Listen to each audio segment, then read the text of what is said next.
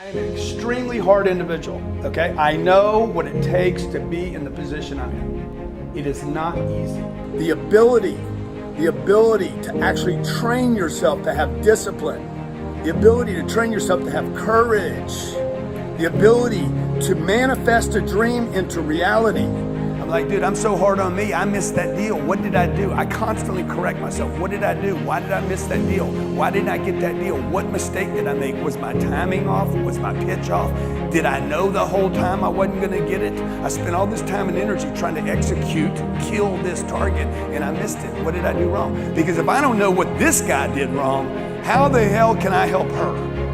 You know, if you were brought up the way I was, you were brought up to not like money. Because we didn't have money. The carrying out and putting into effect of a plan, order, or course of action. Putting it into effect, execution. I put it into effect. A course of action, not thinking. This is not a board meeting. This is not, what do y'all think? This is not, let's get buy-in from our staff. Number one question I'm asking myself all the time, do I want to do this? Do I want to buy this piece of real estate? Right? Do I want to be in this? If not, bail out of it. If so, lean into it. And if I'm going to lean into it, that means time and money. It always will mean, if you're taking notes, it will always mean time and money. Never an idea. But in all that, look, there's a lot of sacrifices that have gone into it. For instance, I didn't get married until I was 51 years old.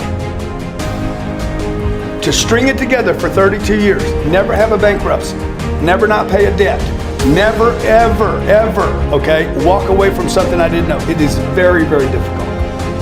Going out, knocking on a door, making some money, getting a sale, great.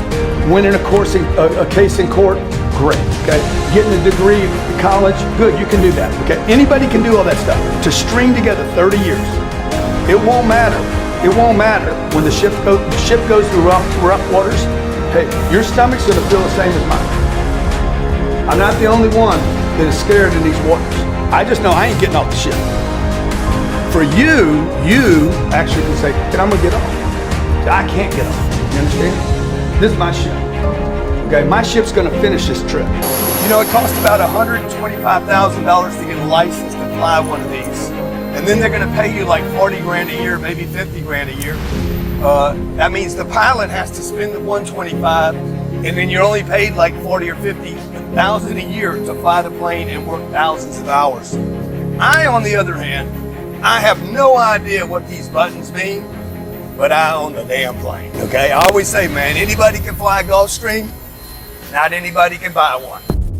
I think that for most people who see where you are now, if they follow you or they know you or read your books, how did it all start?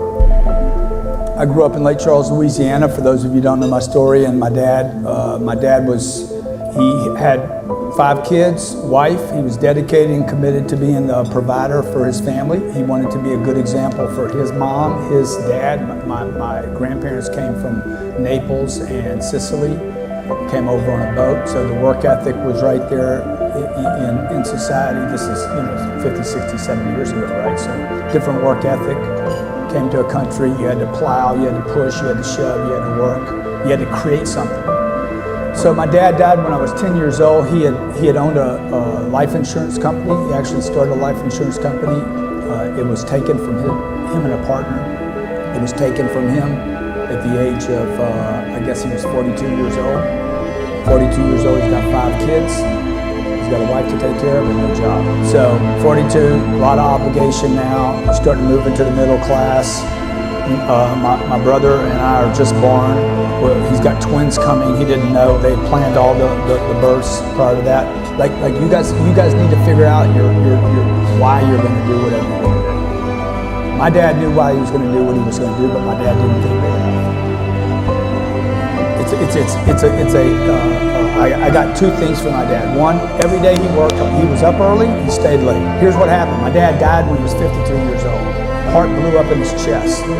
10 years of so much stress on his body. Probably bad eating, different time, not working out, not finding time. Heart blows up in his chest. Leaves 5 kids and a wife that does not know how to produce income. He's in transition between 42 and 52. He's in transition in his life, right? He's having to go from life insurance company, big dream, company gets stolen away from him. He's like, what am I doing? Right? This is the story of the middle class right here. This is called gravity.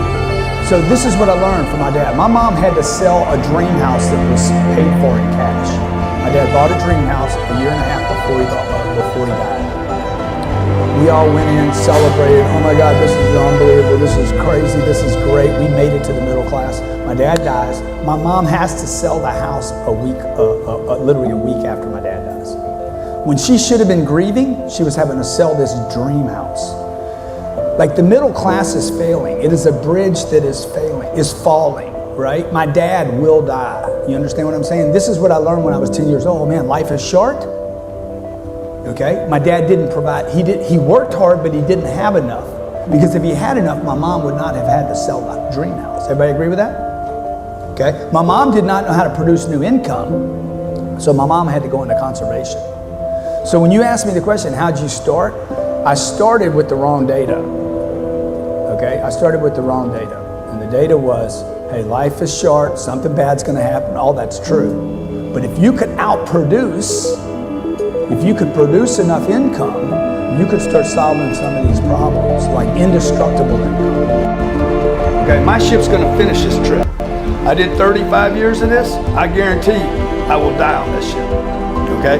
And I will find other places to go adventure and other places to have victories and other civilizations to meet, okay? This is my trip. And if you want to be on it with me for the whole ride, you can be. You can get off anytime you want to. Probably half of you will at some point get off and say, I'm done here. I got that, man. We'll pull into port one day. We'll drop the, what's that thing? Anchor. We'll drop the anchor. I'm going to teach you a little lesson about money, okay? Okay. Money will not make you happy, young lady. But it can buy me a jet. That it can buy a jet. In fact, that's the lesson I want to teach you, okay?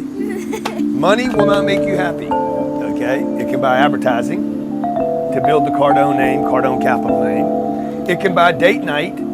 By the way, we're going on a date night tonight, right? Yeah, we are. We're going on a Not even nighttime. Yeah, date night, okay?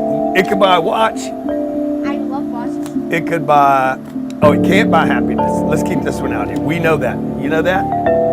Repeat after me. Mine says that it can. No, she says the people that say money can't buy happiness, But it can't solve your problems. can't solve your problems. But money can actually buy a vacation, okay? It can buy food. I knew that. It can buy Cheetos. It can buy a good place to live, like Castile Creek. Nope.